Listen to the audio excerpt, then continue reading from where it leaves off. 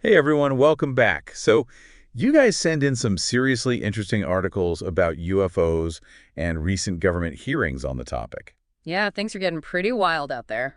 You said it. And we're going to be diving into some of the weirder stuff today. Okay, like what? Well, some of the stuff in these articles is just begging for a good deep dive. We're talking underwater alien bases, folks. Underwater alien bases? You're kidding, right? I wish I was. It all started with this fictional script someone sent us. And I know, fictional script might seem a bit out there, but stick with me. Okay, I'm intrigued. So the script features George Carlin, the comedian. Yeah, of course. Well, he's having a chat with God, Wait, God, like the big guy upstairs. the one and only. And they're talking about a question that came up during a congressional hearing on UFOs, asked by none other than Congresswoman Lauren Boebert. Lauren Boebert. Now, that's a name I haven't heard in a while. What does she have to do with underwater alien bases? That's the crazy part. In this fictional hearing, she's grilling a panel of experts about the possibility of, well, underwater alien bases. So, are we talking like some kind of Atlantis situation or what? Kind of, but more like if aliens decided to set up shop on the ocean floor. Hold on, so we're talking about a made-up scenario in a fictional script. Exactly. But even though it's fiction, it plays on some very real anxieties people have about what the government might be hiding, especially when it comes to these UFOs. Right, and these days we're supposed to call them UAPs, right? Mm. Unidentified aerial phenomena. Exactly, UAPs.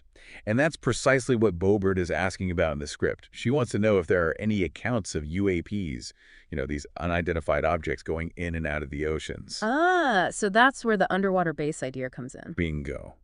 Even though it's coming from a fictionalized Boebert, this question plays on a fear a lot of people have.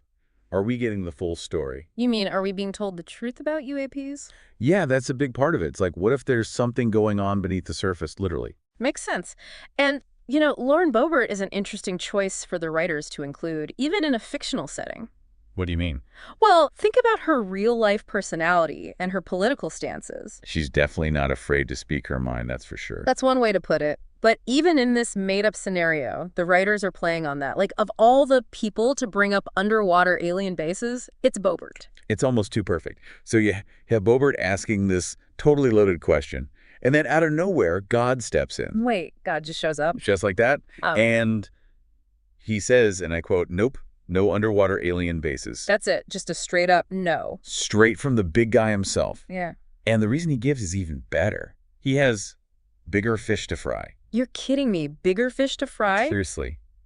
I lost it when I read that. It's so unexpected and yet somehow so fitting. It is pretty fun. But you know what's even funnier? Yeah. That line, bigger fish to fry, it's kind of brilliant on a deeper level. Okay, I'm listening. On the surface, it's just God being dismissive. Like, he doesn't have time for this human nonsense. Right. Yeah. But think about it.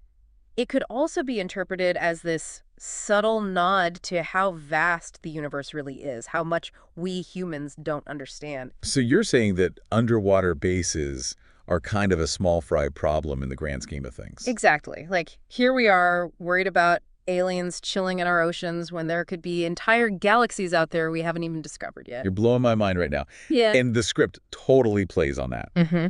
So we have this awesome exchange between Boebert and God, and then we get George Carlin's reaction. Okay, what does he have to say about all this? Well, after God drops that bigger fish to fry line, Carlin just sighs and says, "Well, this whole world's a goddamn circus."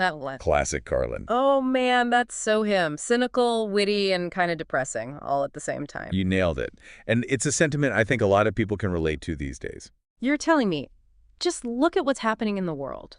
Between politics and all the crazy stuff going on, it's easy to feel like we're living in a chaotic mess. And the humor in this script, it's like a coping mechanism. Like, Yeah. if you don't laugh at the absurdity of it all, you might just cry. For sure. Finding humor in the face of chaos, that's a very human thing to do. But then the script shifts gears a bit. How so? Well, it touches on another common explanation for UFO sightings. Weather balloons. Oh, right. That classic cover-up story. Yeah, and God even admits in the script, I'm not very creative when it comes to cover stories. You've got to be kidding me. Even God resorts to the weather balloon excuse. Apparently. But the script is definitely making fun of that, that tendency to just dismiss anything we can't explain as something mundane and easily explained away. Like, oh, it's just a weather balloon, nothing to see here, move along. Precisely. It's a way to control the narrative, to keep people from asking too many questions. It makes you wonder, though, are we being too quick to dismiss things? What if there's something more to those weather balloons than we're being told? That's the million-dollar question, isn't it? Are we just missing something bigger because we're so focused on the simplest explanation? And the script ends on this really interesting note. After Carlin says the world's a circus, God just sighs and says, "Tell me about it." It's almost like God's just as fed up with everything as we are. Right. It's funny, but it's also kind of sad. Like, even God is acknowledging that things are messed up.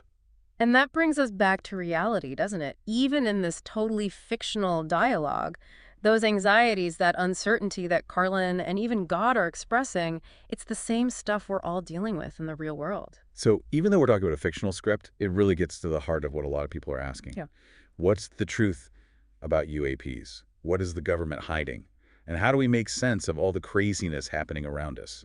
Exactly. This script, with all its humor and absurdity, it forces us to confront these big questions. It's like a funhouse mirror reflection of our own anxieties and uncertainties about the world. And maybe, just maybe, finding a way to laugh at it all is part of the answer. Maybe that's the key. After all, if even a fictional god thinks underwater alien bases are amusing, who are we to take ourselves so seriously? I love that. And on that note, I think we've gone deep enough for today. But if you're still curious, we've included links to the articles about those UFO hearings and the full script excerpt in the show notes. Check them out. It's worth a read. Thanks for joining us for this deep dive. Until next time.